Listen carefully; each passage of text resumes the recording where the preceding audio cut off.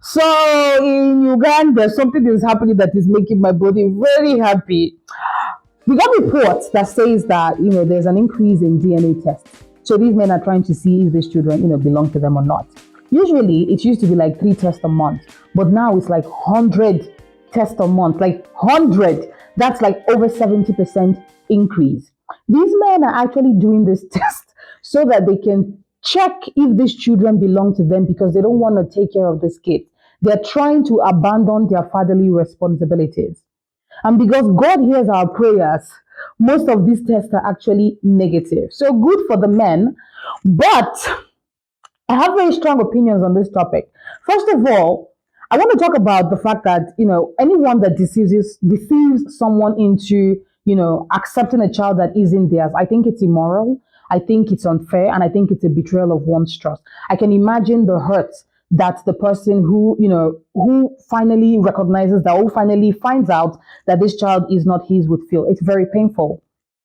That's the human side in me. I'm not a witch, so of course I have to empathize. But there's the other side. I'm very happy for these men. You know why? Because I am certain that more than half of these men are probably impotent. Yes, their seeds don't germinate, they are infertile. In Africa, the problem when it comes to like childlessness, infertility, most times the burden is placed on the women. You go to a church, husband and wife are sitting together. The husband say, if you are looking for a child, come to the front. Only the wife will go to the front. The husband will sit down like this. Why? Because we believe that it's something that a woman should be responsible for. And this is why we have a lot of women that keep on stepping out to find solutions. They have gone for tests. They have found out that there's nothing wrong with the woman, but that man will not do tests. Or worse, because we know how men are. Men are very cunning. The men will go and do tests on their own to make sure there's nothing wrong with them. So when they come back home, they can show that they are the head of the house. And most times, some of these men will find out that there is something wrong with their seeds, that there is something wrong with their fertility, that they are impotent. But they would never speak up because it's a bruise on their ego and masculinity. And it's very unfair for the woman because she'll be running helter skelter, church to church, traditional ritualist, though. She has taken herb, she has done this just to make sure that she gets pregnant. And maybe one of the solutions and one of the ways that she looks for ways to get pregnancy is to look for someone else's seed out there. And sometimes it works in her favor. She goes out, she sleeps with somebody, she finally recognizes that, you know what, there's nothing wrong with me, but he's still my husband. And then she brings the child home to actually help hide the shame of the husband.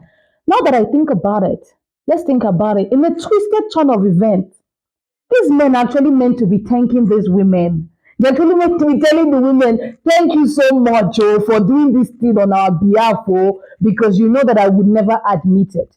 It is very unfair that in Africa, we believe that women should be responsible for the issue of childlessness or fertility. And I hope that this serves as a cautionary tale for these men.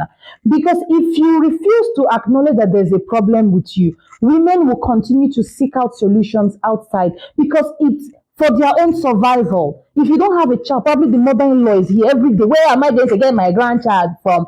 This woman has to find a solution. And if men do not step up, if men do not accept that sometimes they themselves are the problem, women will continue to deceive these men into fathering kids